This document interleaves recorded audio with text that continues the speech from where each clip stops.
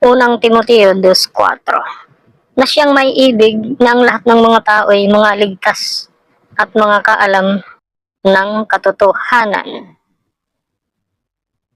Malinaw ho na gusto ng Diyos sana lahat ng tao ay maligtas. Kaso maraming tao ayaw, di ba?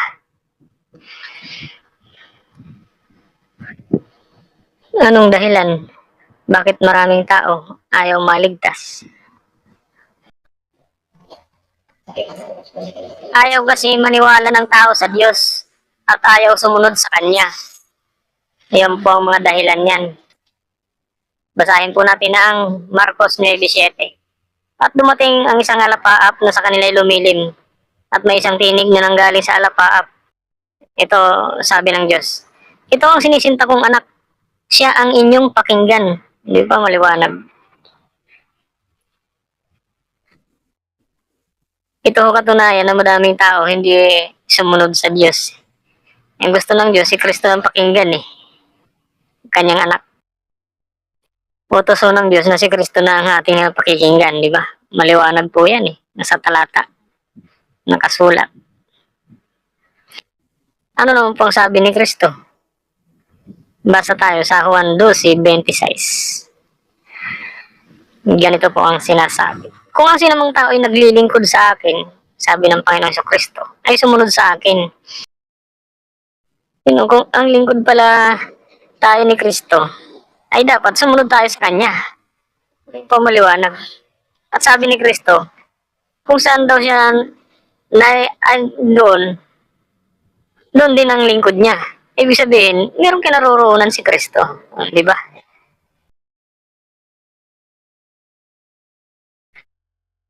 Saan ba ang kinaroroonan ni Kristo?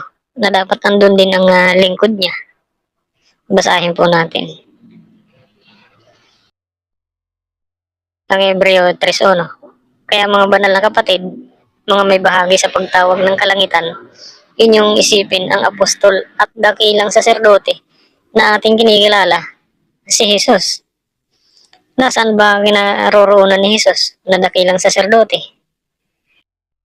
Basahin natin ang Hebreo 10:21. At yamang may isang dakilang saserdote na pangulo sa bahay ng Diyos.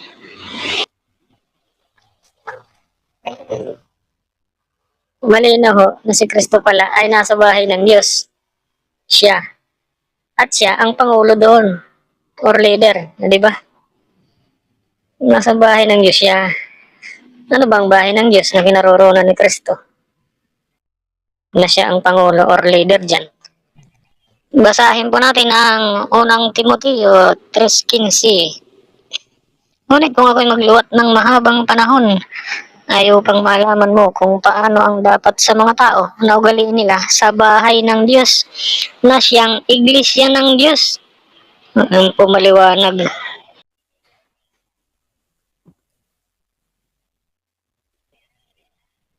Ang napakalinaw ho, di ba? Na ang kinaroroonan pala ni Kristo ay nasa iglesia ng Diyos na dapat andyan din ang mga lingkod niya. Yung bahay ng Diyos, yung pala yung iglesia ng Diyos na dyan ay pangulo ang ating Panginoon sa Kristo or leader. Kung wala ka sa iglesia ng Diyos na kinaroroonan ni Kristo ay tiyak, piki kang Kristiyano, di ba? Piki ka, wala ka sa iglesia ng Diyos wala ka sa bahay ng Diyos nandyan ang Panginoon sa Kristo di ba? Sabi niya sino mong tao naglilingkod sa Kanya ay sumunod sa Kanya. Kung saan daw siya naroon, ay dapat nandun din yung lingkod niya. Di ba? Maliwanag. Kaya kung tayo ay naglilingkod kay Kristo, dapat sumunod tayo sa Kanya. At siya ay nasa bahay ng Diyos. Or nasa iglesia ng Diyos. Yung pang maliwanag. Di ba? Malinaw ho yan. Pangulo siya sa bahay ng Diyos, ang Panginoong Kristo. At yun po ay ang iglesia ng Diyos na kinaroroonan ni Kristo. Siya ang pangulo sa bahay ng Diyos or sa iglesia ng Diyos.